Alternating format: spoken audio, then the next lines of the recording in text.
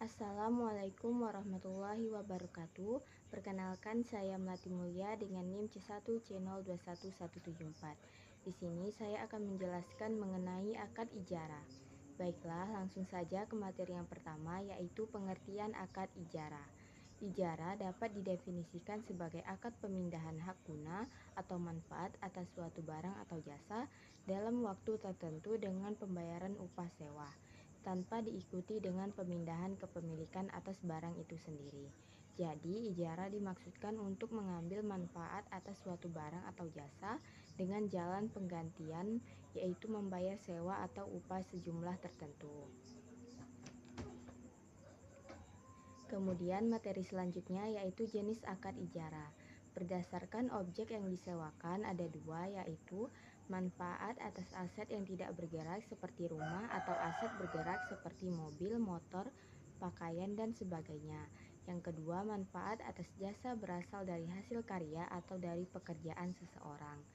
Kemudian yang kedua berdasarkan PSAK 107. Yang pertama, ijarah mutahiyah bin tamlik adalah ijarah dengan wa'ad perpindahan kepemilikan aset yang diijarahkan pada saat tertentu. Yang kedua, jual dan ijarah adalah transaksi menjual objek ijarah kepada pihak lain dan kemudian menyewa kembali objek ijarah tersebut yang telah dijual tersebut. Kemudian sumber hukum akad ijarah yaitu Al-Quran dan As-Sunnah. Rukun dan ketentuan syariah akad ijarah yaitu ada tiga. Yang pertama, pelaku yang terdiri dari pemberi sewa atau pemberi jasa dan penyewa atau pengguna jasa.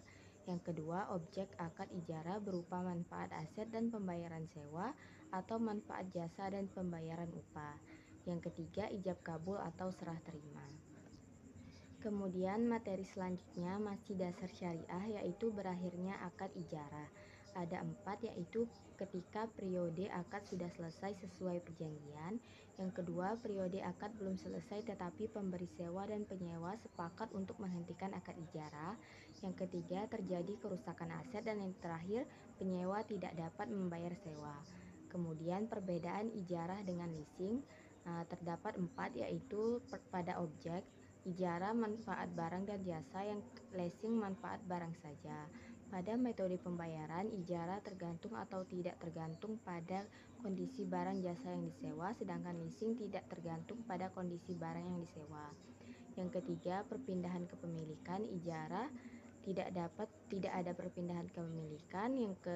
Sedangkan leasing tidak ada transfer kepemilikan. Yang keempat, jenis leasing lainnya yaitu ijarah lease purchase tidak dibolehkan karena akadnya gharar, yakni antara sewa dan beli. Kemudian leasingnya lease purchase dibolehkan. Kemudian materi selanjutnya yaitu perlakuan akuntansi PSAK 107. Yang pertama, akuntansi untuk pemberi sewa. Yang pertama, biaya perolehan untuk objek ijarah baik aset berwujud maupun tidak berwujud diakui saat objek ijarah tersebut diperoleh sebesar biaya perolehan. Jurnalnya yaitu aset ijarah pada kas atau utang. Yang kedua, penyajian atau pendapatan ijarah disajikan secara neto setelah dikurangi beban-beban yang terkait. Kemudian akuntansi untuk penyewa. Yang pertama, beban sewa diakui selama masa akad pada saat manfaat atas aset telah diterima.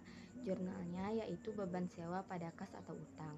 Yang kedua, jika suatu entitas atau penyewa menyewakan kembali ijarah lebih pada pihak lain atas aset yang sebelumnya disewa, maka ia harus menerapkan perlakuan akuntansi untuk pemilik dan akuntansi penyewa dalam PSAK ini.